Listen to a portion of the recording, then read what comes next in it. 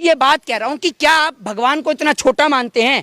क्या भगवान इतने छोटे हैं कि भगवान कहीं भी किसी भी जगह मिल जाएंगे? अगर आपके अंदर दम है और आप हिंदू हैं और सच्चे हिंदू हैं तो कश्मीर मोहित शर्मा भी जा रहे हैं, आप भी कश्मीर चलिए। सबसे पहली बात तो मैं आपको एक बात बता दूं कि इस देश के अंदर जो है एजुकेशन, हेल्थ और डेवलपमेंट का मुद्दा जैसी इस देश की मीडिया उठाती है, ठीक है, तभी मीडिया के पास में ये मैसेज आ जाता है और मीडिया चुप हो जाती है। और वो मैसेज होता है ये, सुनिएगा आप सभी लोग। एक बार और मैं आप सभी को सुना देता हूं।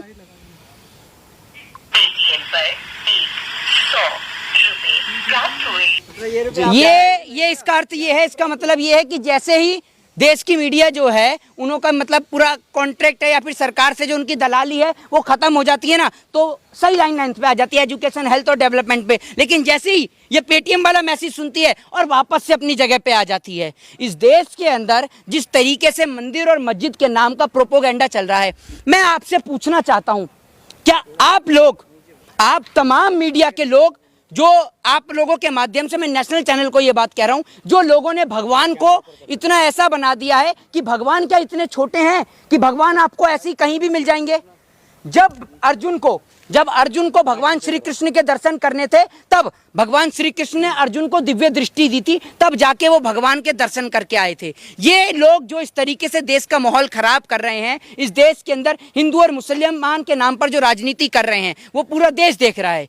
क्या इस देश के अंदर मंदिर और मस्जिद के ही मसले बचे हैं और कोई मुद्दा नहीं है? और दूसरी बात ये कि आप बात करते हैं लाल किले की, आप बात करते हैं ताजमहल की, आप बात करते हैं कुतुब मीनार की। अरे भैया, लाल किला तो 500 के नोट पे भी छपा हुआ है, वहां से भी मिटा देंगे क्या? ये बता दीजिए मुझे, ठीक है। दूसरी बात ये कि अमित शाह का तो बस नहीं चल रहा, अमित शाह, नरेंद्र मोदी और योगी आदित्यनाथ का बस नहीं चल रहा, वरना तो ये ताजमहल का नाम बदल के अमित शाह की हवेली कर दें और लाल किले का नाम बदल के उसका लिख दें लाल कृष्ण आडवाणी की नो एंट्री। राकेश टिकैत से जब सवाल पूछा गया था ज्ञानवापी को लेकर के, तो उन्होंने कहा कि भाई जिसका जो चीज़ है उसे सौंप दिया जाए, तो आप क्या चाहते हैं?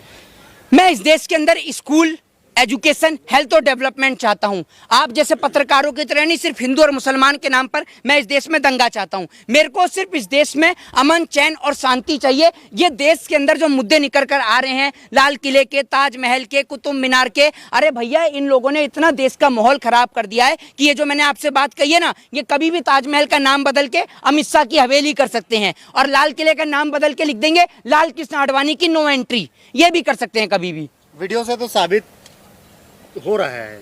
क्या साबित हो रहा है? कि वो शिवलिंग ही है, कभी वहाँ पे मंदिर ही था। आप एक बात मुझे बताइए, सुनिए जनाब जाहिद शेख, मेरी बात को सुनिए, ठीक है। आप जिस तरीके का प्रोपोगेंडा फैलाते हैं ना, मैं अच्छी तरीके से जानता हूं। ये अपनी टीआरपी के लिए ये कहना चाहते हैं, ये अपनी टीआरपी बटोरने के लिए, इनके कहने का मकसद ये है, इन जैसे पत्रकारों का, सीधा खुलेआम कहता हूं, इनका काम है सिर्फ हिंदू और मुसलमान करना, ठीक है ना। आपको अगर वीडियोग्राफी के माध्यम से इतना ही पता चलता है और आपको इतना ही नजर आ रहा है कि वहां पर शिवलिंग है, तो जाके चार्जशीट लगाइए कोर्ट में। कोर्ट ने अब तक फैसला क्यों नहीं दिया? आप जैसे पत्रकारों को देखकर या आपकी नजर को देख के कोर्ट फैसला देगा कि वहां पर शिवलिंग है या फवारा है? आपको ज्यादा एक मिनट, तो वीडियो लीक हुआ है। आप एक बात मुझे बताइए, वीडियो लीक तो जब पेपर लीक होता है तब नहीं देखती हैं आप? हैं आप आज देख रही हैं, आप कह रही हैं इस बात के लिए कि वहां पर शिवलिंग है, और अगर आप इतने ही दावे के साथ कह रहे हैं, साबित कर रहे हैं कि वो फव्वारा ही है।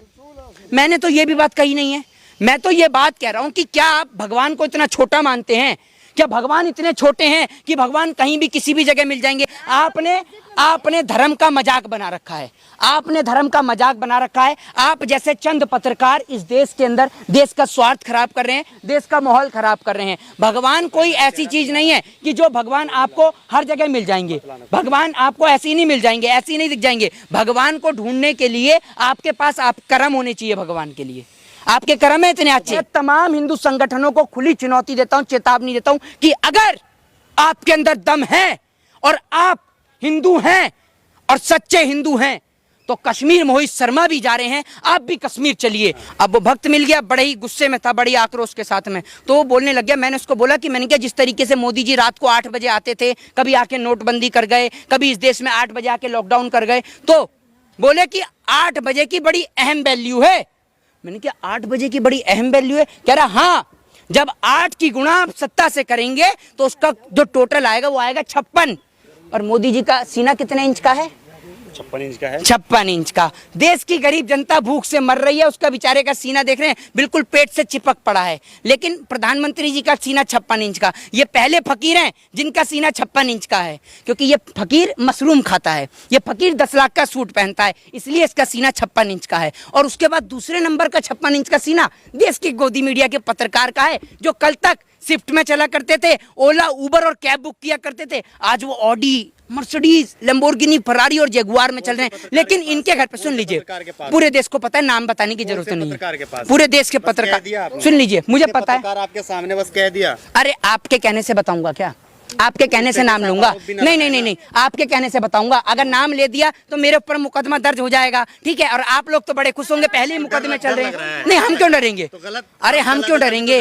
अरे हम क्यों डरेंगे? तभी तो डर लग रहा है ना। कौन कौन अगर कोई भी मना कर दे, मैं तो खुलेआम बोलता हूँ कि सबको, जितने भी सोचिए बैठते हैं, जिसको पॉलिटिकल एनालिस्ट बताया जाता है, किसी को धर्मगुरु बताया जाता है, सबको 5-5, 3-3 हजार रुपए मिलते हैं। मना करके दिखा दे कोई पत्रकार। कितने मिलते हैं? किसको? आपको? मैं तो आपको इंटरव्यू दे रहा हूँ, आप कितने देके जाते हैं ये बता दीजिए। अरे आप कितने देके जाते हैं ये बता दीजिए। आप कितने देके जाते हैं? आपकी औकात है देने की? आप कैसे बोल सकते हैं? आप किसी के ऊपर कैसे आरोप लगा सकते हैं?